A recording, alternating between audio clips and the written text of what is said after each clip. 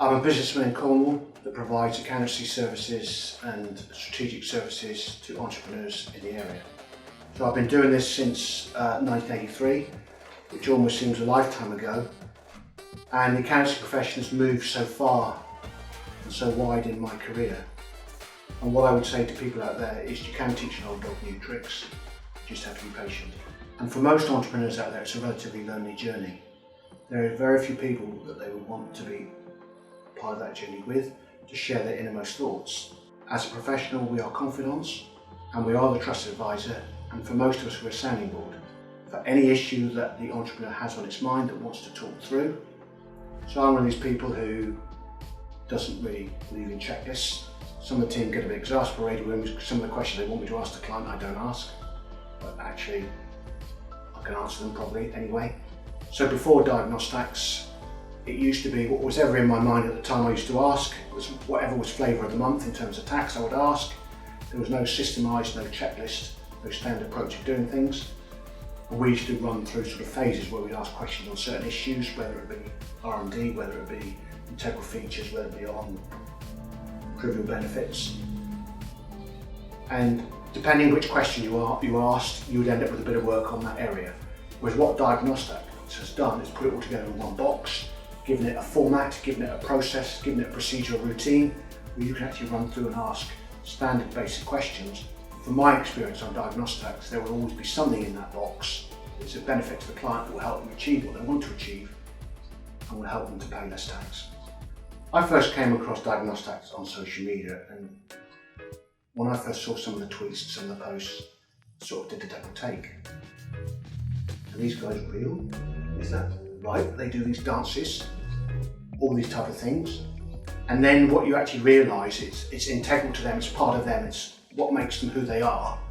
And let's be honest about it, whatever you do in life, whatever you buy from, people buy people. And there's suddenly what you actually realise is they're passionate about what they do, they believe in what they do.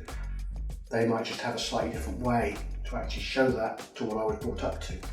But that doesn't mean to say it's wrong, doesn't mean to say it's right, it's just different, and it's what makes them them. Because basically I want to make sure that my clients are claiming everything that's going, that I'm not leaving any stone unturned. Because we've all seen horror stories in the press where accountants haven't done this or haven't done that. And we think, could that be us? Have we done that? Is that what keeps you awake at night, thinking, have I made that relief? Have I claimed everything that's going? When you lose a client, you think, and the new accountant asks for 2 years tax returns, you think, what's he going to look at? What's he going to find? So what Diagnostics does is give me that mind freedom, alleviates the stress of making sure that I've looked at every instance that is relevant for those clients and making sure that I'm looking after clients' interests so that they are paying the right amount of tax for them. So the best Diagnostics I delivered was what I did on myself. Because for me, I want to understand the product, I want to understand it as a buyer and a seller, as a practitioner and as a customer.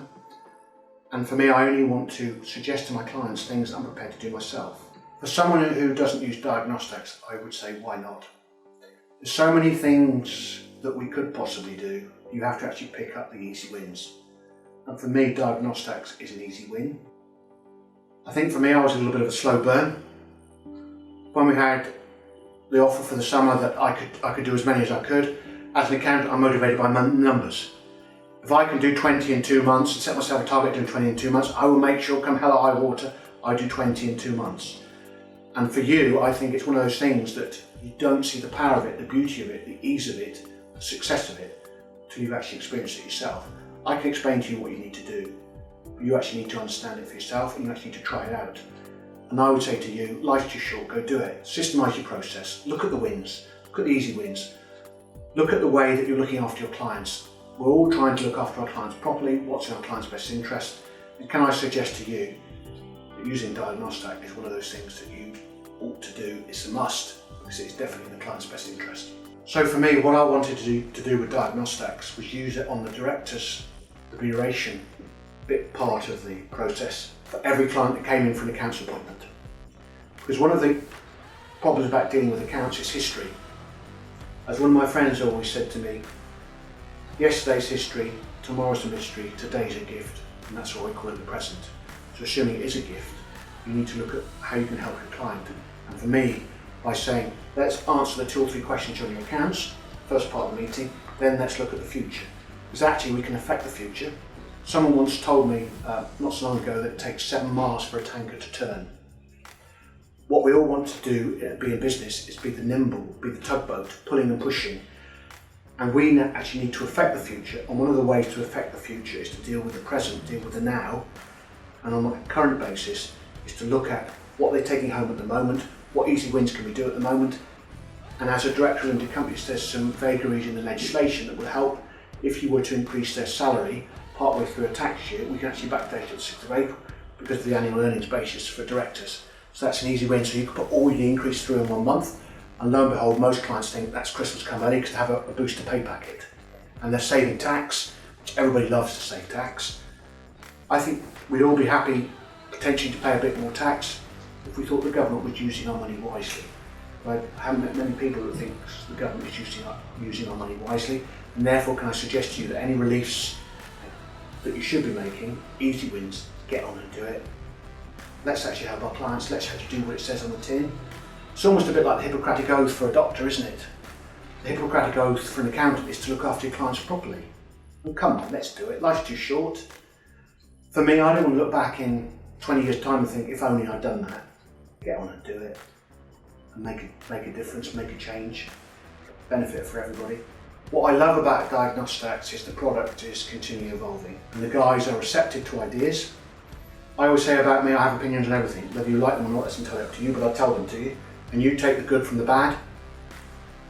All of us, I think, get excited by actually partnering with a nimble firm that's actually prepared to take on board some of your suggestions. And I guess if enough people say it's a good idea, and if they think it's a good idea, it will change to make all our life easier so that we can make our clients' lives better. I think I want to be known for as someone who hasn't had any regrets, that's lived life to the full, that's played hard and worked hard. For me, my goals are that I'm not one of these people coming up to retirement, I want to go to 4 days a week, 3 days a week, 2 days a week. I want to have 13 weeks holiday. For most people, probably in the same category as me, as I haven't had 13 weeks holiday since I was at university. And I want to be able to travel the world. I want to have a month in Australia, a month in America, to do some of the things that we can only dream of. And I think the practice has given me that freedom. For me, it's not about the money now. I'm of the generation that I was able to buy my houses when half the price they are at the moment. So for me, it's about enjoyment, it's about passion, it's doing something you really want to do, and I guess making a real difference to people's lives.